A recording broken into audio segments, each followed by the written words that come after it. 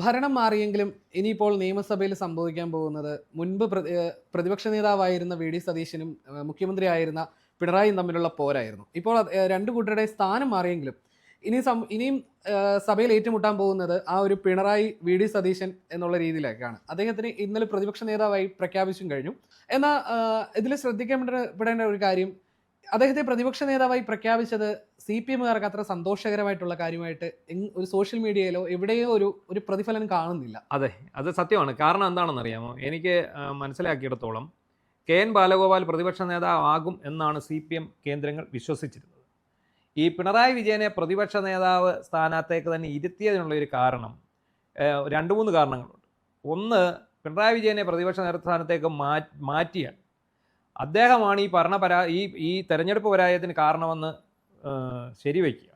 പക്ഷേ സാധാരണ അണികൾ ചിന്തിക്കുന്നത് അദ്ദേഹത്തിന്റെ പോരായ്മ തന്നെയാണ്. പക്ഷേ CPM-ന്റെ സംസ്ഥാന കമ്മിറ്റി യോഗത്തിലും പോളിറ്റ് ബ്യൂറോ യോഗത്തിലും പിണറായി വിജയനെ വെള്ളപൂശാനുള്ള ശ്രമം നടന്നുകൊണ്ടിരിക്കുന്നത്.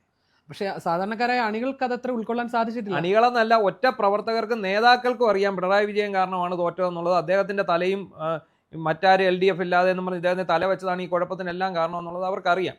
പക്ഷെ അവിടെ ഒരു പ്രശ്നം എന്താണെന്ന് ചോദിച്ചാൽ, പിണറായി വിജയനെ എതിർക്കാനുള്ള തൻ്റെ ഇടം ഇപ്പോഴും പാർട്ടിയിൽ ആർക്കും.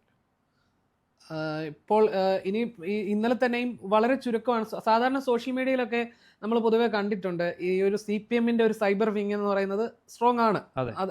എന്നാൽ ഇന്നലെ ഒന്നും തന്നെ ഈ ഒരു പ്രതിപക്ഷ നേതാവായി അദ്ദേഹത്തെ പ്രഖ്യാപിച്ചതിനിടയിൽ അതിൻ്റെതായ ഒരു ചലനം ഒന്ന് സോഷ്യൽ മീഡിയയിൽ കാണുന്നത്. ചുരുക്കം ചില കൂലി എഴുത്തുകാര് അദ്ദേഹം വലിയ സംഭവമാണ്, വി.ഡി. സതീശന് ശക്തനായ എതിരാളിയാണെന്നൊക്കെ പറഞ്ഞൊരു കുറച്ച് കൂലി എഴുത്തുകാർ പോസ്റ്റ് ഇട്ടു എന്നുള്ളതിനപ്പുറത്തേക്ക് യാതൊരു ഇമ്പാക്റ്റും അതിൽ നൽകാൻ ഇവർക്ക് കഴിഞ്ഞിട്ടില്ല.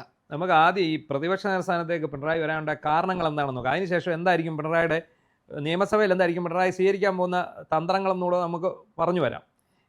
ഇപ്പം പ്രതിപക്ഷ നേതൃസ്ഥാനം അദ്ദേഹം മനസ്സോടെ ഏറ്റെടുത്തിരിക്കുന്നതാണ്. അദ്ദേഹത്തിന് താല്പര്യമില്ലായിരുന്നു എന്നാണ് നമുക്ക് പാർട്ടിക്കുള്ളിലെ വൃത്തങ്ങളിൽ നിന്ന് കിട്ടിയ ഒരു വിവരം. അതായത് പാർട്ടിയുമായിട്ട് ചേർന്ന് നിൽക്കുന്ന ആൾക്കാർ നമ്മളോട് പറഞ്ഞ ഒരു സംഭവമുണ്ട്. ഇതിന് മാനസികമായി പ്രതിപക്ഷ നേതാവാകാൻ തയ്യാറെടുത്തിരുന്ന ആൾ KN ബാലഗോപാലാണ്. കാരണം അദ്ദേഹമാണ് ആകേണ്ടത്. ധനമന്ത്രിയാണ്, മാത്രമല്ല CPM-ന്റെ കേന്ദ്ര കമ്മിറ്റി അംഗമാണ്. പാർട്ടിയിലെ സീനിയോറിറ്റി, നിയമസഭയിലുള്ള ജനപ്രതിനിധികളുടെ സീനിയോറിറ്റി നോക്കിയ KN ബാലഗോപാലാണ് അതിനകത്ത് പ്രതിപക്ഷ നേതാവായിട്ട് വരേണ്ട. പിണറായി വിജയനെ സംബന്ധിച്ചിടത്തോളം ഈ കുറഞ്ഞ ഭൂരിപക്ഷത്തിൽ ഈ 35 സീറ്റും കൊണ്ട് നിൽക്കുന്നവരുടെ പ്രതിപക്ഷ നിരയെ നയിക്കാനോ അദ്ദേഹത്തിന് അനാരോഗ്യമുണ്ട്. അങ്ങനെ പലവിധ പ്രശ്നങ്ങളുണ്ട്. അപ്പോൾ ഇതിനകത്തെ കാര്യം എന്താണെന്ന് ചോദിച്ചാൽ, പിണറായി വിജയൻ ഇതിന് താല്പര്യമില്ല. പിണറായി വിജയൻ മകൾക്ക് വേണ്ടി ഇത് ഏറ്റെടുത്തു എന്നൊരു പ്രചാരണമാണ് ഇപ്പോൾ നടക്കുന്നത്. അത് സാധാരണ അണികൾക്ക് ഉൾക്കൊള്ളാൻ കഴിഞ്ഞിട്ടുമില്ല. കാരണം പിണറായി വിജയൻ പ്രതിപക്ഷ നേതാവ് അല്ലെങ്കിൽ വെറും ഒരു MLA മാത്രം. ആകെയുള്ള ഒരു പദവി പിന്നെയുള്ളത് മുൻ മുഖ്യമന്ത്രി എന്നുള്ളതാണ്. മുൻ മുഖ്യമന്ത്രി പിണറായി വിജയൻ MLA അങ്ങനെ ആരും പറയത്തില്ല. മുൻ മുഖ്യമന്ത്രി പിണറായി വിജയൻ എന്ന് കുറേ പേര് പ്രയോഗിക്കും. അല്ലെങ്കിലോ വെറും പിണറായി വിജയൻ MLA എന്ന് മാത്രം. അപ്പോൾ അത് അവരെ സംബന്ധിച്ചിടത്തോളം വലിയ ആനപ്പുറത്തിരുന്നേച്ച് താഴെ പോയി നിലത്തിരിക്കുന്നതിൻ്റെ ഒരു അവസ്ഥയിലേക്ക് വരും ഈ കാര്യങ്ങൾ. മാത്രവുമല്ല, പ്രതിപക്ഷ നേതാവിന് ചില പ്രിവിലേജസ് ഉണ്ട്. സർക്കാരിൻ്റെ ക്യാബിനറ്റ് പദവിയുണ്ട്, അതനുസരിച്ചുള്ള പ്രൊട്ടക്ഷൻ ഉണ്ട്, അതനുസരിച്ചുള്ള പ്രോട്ടോകോൾസ് ഉണ്ട് പ്രതിപക്ഷ നേതാവ്. അപ്പോൾ ആ ഒരു ആനുകൂല്യം, ആ ഒരു പ്രിവിലേജ്, മുഖ്യമന്ത്രി എന്ന പ്രിവിലേജിൽ നിന്ന് താഴോട്ടിറങ്ങാനേ കഴിയില്ല. പിണറായിക്കെന്നല്ല, പിണറായിയുടെ കുടുംബത്തിന് പോലും ചിന്തിക്കാൻ സാധിക്കത്തില്ല.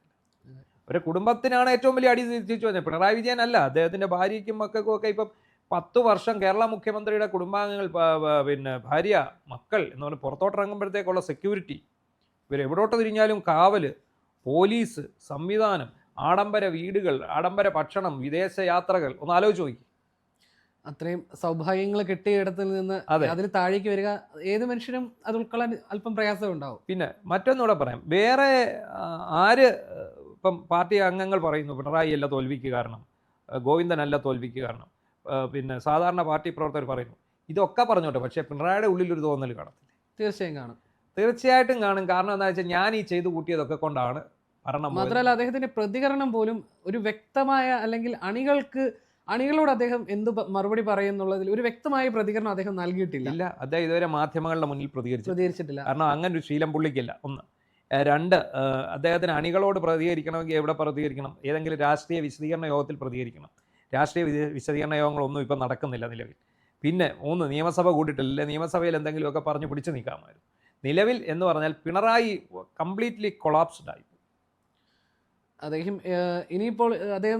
ഇനിയിപ്പം നിയമസഭയിലേക്കൊക്കെ എത്തുകയാണ് കാര്യങ്ങൾ. ഇപ്പം അദ്ദേഹം വി ഡി സതീശന് ശക്തനായിട്ടുള്ള ഒരു പ്രതിപക്ഷ നേതാവായി മാറുമെന്ന് കരുതുന്നുണ്ടോ?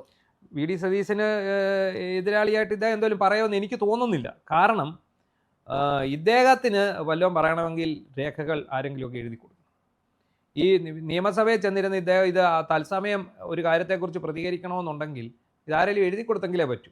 അത് എഴുതി കൊടുക്കാത്തടത്തോളം കാലം പിന്നെ അല്ലാതെ പുള്ളിയുടെ സ്വതസിദ്ധമായ വാഗ്ധോരണികളുണ്ടല്ലോ, ചറ്റയും നാറിത്തരവും പിന്നെ പരനാറിയും അങ്ങനെയുള്ള പ്രയോഗങ്ങളൊക്കെ വേണമെങ്കിൽ അദ്ദേഹത്തിന് നടന്നേക്കും.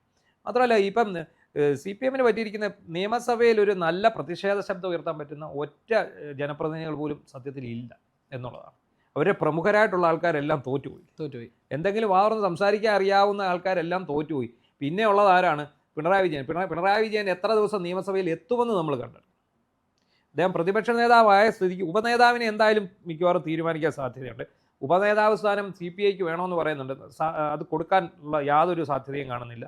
ഉപനേതൃസ്ഥാനം മിക്കവാറും KN ബാലഗോപാലായിരിക്കും. പിണറായി വിജയൻ നിയമസഭയിൽ എത്തുന്നത് വളരെ വിരളമായിരിക്കും. അദ്ദേഹം ഈ പദവിയുടെ ഈ പ്രിവിലേജസ് ഉപയോഗിച്ച് ജീവിക്കാനേ ശ്രമിക്കുകയുള്ളൂ. അദ്ദേഹത്തിൻ്റെ മകളുടെ നിർദ്ദേശപ്രകാരമാണ് അദ്ദേഹം ഇതിനു വേണ്ടി പിടിച്ചതെന്നാണ്. അങ്ങനെയെങ്കിൽ അതൊരു പക്ഷേ ഈ കേരളത്തിൽ CPM-ന്റെ അന്ത്യത്തിലേക്ക് കൂടുതൽ കാര്യങ്ങൾ എളുപ്പത്തിലേക്ക് എത്തിക്കില്ലേ? ഇപ്പം ജസ്റ്റിൻ ഒന്ന് ശ്രദ്ധിച്ചു നോക്കൂ. പിണറായി വിജയനും MV ഗോവിന്ദനെ മാറ്റി നിർത്തിയാൽ കേരളത്തിൽ ആര് നയിക്കും പാർട്ടിയെ? ഒരാളുടെ പേര് പറയും. ഒരാളുടെ പേര് എല്ലാവരും പറയുന്ന സ്വരാജിന്റെ പേര് പറയും. സ്വരാജ് വളരെ വൻ പരാജയമാണെന്ന് ഓൾറെഡി തെളിയിച്ചു കഴിഞ്ഞ ആളാണ്. കുറെ സോഷ്യൽ മീഡിയ പ്രചരണങ്ങളിലൂടെ അദ്ദേഹം വലിയ എന്തോ സംഭവമാണെന്ന് പ്രചരിപ്പിച്ചു വെച്ചിരിക്കുന്നത്. കടിച്ചാൽ പൊട്ടാത്ത പാർട്ടി സാഹിത്യം വിളമ്പിക്കഴിഞ്ഞാൽ സാധാരണ ജനങ്ങൾ അടുക്കത്തില്ല. പാർട്ടിയിൽ ഒറ്റ ആൾക്ക് ഇഷ്ടമല്ലല്ലോ ഇയാൾ കയറിയിരിക്കുന്ന ബലാലയ ഭേഷ് എന്ന് പറഞ്ഞ് ഈ അണികളും അന്തം കമ്മികളും സൈബർ സേനകളും കൈയടിക്കും എന്നുള്ളതല്ലേ ഇയാൾ പറയുന്ന. എന്തെങ്കിലും ഇയാളുടെ പ്രസംഗം ശ്രദ്ധിച്ചിട്ടുണ്ടോ? എന്തായാലും മനസ്സിലാവും. അതായത് ഞങ്ങളുടെ കൂട്ടത്തിലെ ബുദ്ധിജീവി എന്ന് ഇവരങ്ങ് അവതരിപ്പിക്കുകയാണ്. താത്വിക ആചാര്യനായി ഈ MV ഗോവിന്ദന് പകരം വളർത്തിയെടുത്തുകൊണ്ടിരുന്ന ഒരാളാണ്. പിന്നെ ഇതേ കക്ഷി ഇപ്പം വേറൊരാളെന്ന് പറഞ്ഞാൽ ഇപ്പം KN ബാലഗോപാൽ കഴിയുമ്പോൾ ബാലഗോപാൽ വളരെ സൗമ്യനാണ്, വളരെ ശാന്തനായ ഒരു പൊളിറ്റീഷ്യൻ, വളരെ നന്നായിട്ട് ജനങ്ങളോട് ഇടപെടുന്ന ഒരാളാണ്. അതുകൊണ്ടാണല്ലോ അദ്ദേഹം അവിടെ ജയിച്ചത്. അപ്പം ഈ തരംഗത്തിനിടയിൽ പിടിച്ചു നിൽക്കാൻ സാധിച്ചത് തന്നെ ബാലഗോപാലിൻ്റെ ഒരു ഭാഗ്യമെന്ന് കരുതിയാൽ മതി. പിന്നെ ഉള്ളത് P രാജീവാണ്. നമ്മുടെ ഇദ്ദേഹം ഉണ്ടല്ലോ MV ഗോവിന്ദൻ. MV ഗോവിന്ദൻ്റെ ഇരട്ട സഹോദരനാണ് ഇദ്ദേഹം P രാജീവ്. പ്രസംഗം കേട്ടുണ്ടോ? ഒന്നും മനസ്സിലായില്ല. ആർക്കും ഒന്നും മനസ്സിലായില്ല. പിന്നെ ആ ചിരിയില്ലെന്നേ ഉള്ളൂ. MV ഗോവിന്ദൻ ഈ വിഡ്ഢിത്തരം പറഞ്ഞിട്ട് ചിരിക്കുമല്ലോ, ഈ ചിരിയില്ലെന്നേ ഉള്ളൂ. പക്ഷേ ബാക്കി മൊത്തം ഏതാണ്ട് ഒരു MV ഗോവിന്ദൻ ശൈലിയാണ്. എന്താണെങ്കിലും പിണറായി വിജയൻ നിയമസഭയിൽ VD സതീശന് എതിരാളിയായിട്ട് വരുമെന്ന് എനിക്ക് തോന്നുന്നതേയില്ല.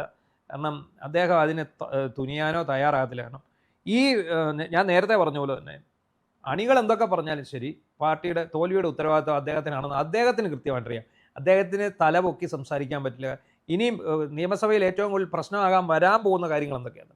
ഇവർ കാട്ടിക്കൂട്ടിയ ഈ 10 വർഷം കൊണ്ട് കാട്ടിക്കൂട്ടിയ അഴിമതികൾ, ധൂർത്ത്, ഇതെല്ലാം നിയമസഭയിലേക്ക് ഇപ്പം സതീശനും കൂട്ടരും കൊണ്ടുവരും. അത് പലതും ഇപ്പോൾ നവകേരള സദസ്സിനിടയിൽ നടന്ന പല സംഭവങ്ങളെക്കുറിച്ച് അദ്ദേഹം സതീശൻ വിജയത്തിന് ശേഷം നടത്തിയ ആദ്യ പ്രതികരണം, ഞങ്ങൾ ഒന്നും മറക്കത്തില്ല, എല്ലാത്തിനും കണക്ക് ഉണ്ട് എന്നുള്ള ഒരു മുന്നറിയിപ്പോട് കൂടി തന്നെയായിരുന്നു അദ്ദേഹം പ്രതികരിച്ചത്. അത് ഭയത്തോടെ കാണുന്ന ഒരുപാട് ഉദ്യോഗസ്ഥർ ഇവിടെയുണ്ട്. സമുദായ നേതാക്കളുണ്ട്, ഇതുപോലെ പാർട്ടിക്കാരുണ്ട്. കിഫ്ബിയിലെ CEO അടക്കമുള്ള ഒരു ഭയത്തിലാണ്. രേഖകളെല്ലാം കട്ട് ചെയ്തുകൊണ്ടിരിക്കുകയല്ലേ, രേഖകളെല്ലാം കത്തിരിച്ചുകൊണ്ടിരിക്കുകയാണ്. അതാണ്. അപ്പം എന്താണെങ്കിലും ശരി, പിണറായി വിജയൻ നിയമസഭയിലെത്തിയാൽ ഈ നിയമസഭയിൽ അദ്ദേഹം പ്രതിപക്ഷ നേതൃസ്ഥാനത്ത് വഹിക്കുന്നുണ്ടെങ്കിൽ പോലും നിയമസഭയിൽ എത്തുന്നത് വിരളമായിരിക്കും. മിക്ക സമ്മേളനങ്ങളിലും വിട്ടുനിൽക്കാനാണ് സാധ്യത ഞാൻ കാണുന്നത്. അത്തരം ഒരു സാഹചര്യങ്ങളിൽ ഇനിയിപ്പോൾ MV ഗോവിന്ദന്റെ സ്ഥാനം തെറിക്കാൻ ഒരു സാധ്യത കാണുന്നുണ്ടോ? അത് ഇപ്പോഴേ ഉടനെ തെറിക്കുകയില്ല. കാരണം ഇവർ പിന്നെ എല്ലായിടത്തും ഇപ്പം സംസ്ഥാന കമ്മിറ്റി യോഗങ്ങളിലും PBയിലും എല്ലാം പിണറായി വിജയനെ MV ഗോവിന്ദനെയും പുട്ടിയടിച്ച് വെച്ചിരിക്കുകയാണ്. ഇവരെ ഈ പുട്ടി ഇളക്കണമെന്നുണ്ടെങ്കിൽ താഴെ തട്ടിൽ നിന്നുള്ള പ്രതികരണം വേണം. ഇപ്പം ഇവർ ഈ പാർട്ടിയുടെ തിരുത്തൽ നടപടികൾ തുടങ്ങാൻ പോകുന്നത് കണ്ണൂരിൽ നിന്നാണ്. ആദ്യമേ തന്നെ കണ്ണൂരിൽ ഇവർ യോഗം ചേരുന്നു, അവർ സംസ്ഥാന കമ്മിറ്റികൾ വിളിക്കുന്നു, അവരുടെ അടിത്തട്ടിലേക്ക് പോകുന്നു. എന്നിട്ട് അത് കൊണ്ടുവന്ന് ക്രോഡീകരിച്ച അഭിപ്രായങ്ങൾ ക്രോഡീകരിച്ച് സംസ്ഥാന കമ്മിറ്റി ചർച്ച ചെയ്യാൻ വേണ്ടിയാണ്. ആ ചർച്ച ചെയ്യുമ്പോൾ മാത്രമേ യഥാർത്ഥത്തിലുള്ള പോയിന്റും ഈ പിണറായിക്ക് നേരെ വിരൽ ചൂണ്ടപ്പെടുകയുള്ളൂ. ഗോവിന്ദനും പിണറായിക്കും നേരെ യഥാർത്ഥത്തിൽ വിരൽ ചൂണ്ടണമെങ്കിൽ ഈ സംസ്ഥാന കമ്മിറ്റിയിൽ ഈ അടിത്തട്ടിൽ നിന്നുള്ള വിമർശനങ്ങൾ എത്തണം. നല്ലൊരു ഭരണപക്ഷം വേണമെങ്കിൽ നല്ലൊരു ഭരണപക്ഷം ഉള്ളപ്പോൾ നല്ലൊരു പ്രതിപക്ഷവും വേണ്ടതാണ്. അപ്പോൾ ഈ പ്രതിപക്ഷമൊന്നും പോരെ. ഇപ്പം KU ജനീഷ് കുമാറിനെ പോലെയുള്ള ആൾക്കാരൊക്കെയാണ് പ്രതിപക്ഷത്ത് വന്നിരിക്കാൻ പോകുന്നത്. ഇന്നലെ അദ്ദേഹം കിടന്ന് ഉരുളുന്നത് കണ്ടായിരുന്നു. അതെ അതെ, അപ്പൊ എടുത്തൊരു അദ്ദേഹം പറഞ്ഞൊരു അഭിപ്രായത്തിൽ അല്ലെങ്കിൽ എടുക്കുന്ന ഒരു കാര്യത്തിൽ അദ്ദേഹത്തിന് തന്നെ ഉറച്ചു നിൽക്കാൻ കഴിയുന്നില്ല. കിടന്നുരുളുക അതായത് ഉരുളായിരിക്കാൻ പറ്റില്ല. അന്നൊക്കെ പറഞ്ഞത് ഭയങ്കര വിഡിത്തമായിരുന്നു. ആ വിഡിത്തത്തിൽ കിടന്ന് ഉരുളുക എന്നുള്ളതല്ലാതെ വേറെ മാർഗ്ഗമില്ല. അവിടെയാണ് അത് സംഭവിച്ചിരിക്കുന്നത്. എന്താണെങ്കിലും ശരി, പ്രതിപക്ഷം എത്രത്തോളം ക്രിയാത്മകമാകും എന്നത് പിണറായി വിജയനെ ആശ്രയിച്ചിരിക്കും. പിണറായി വിജയൻ പ്രതിപക്ഷ നിരയിൽ പ്രതിപക്ഷ നേതാവായിട്ട് നയിക്കുമെന്ന് ഉള്ള ഒരു സാധ്യത വളരെ കുറവാണ്. എന്തായാലും ഉപനേതാവ് ഉണ്ടാകും എന്നുള്ളത് തന്നെയാണ് നമുക്കിപ്പോൾ കിട്ടുന്ന സൂചന.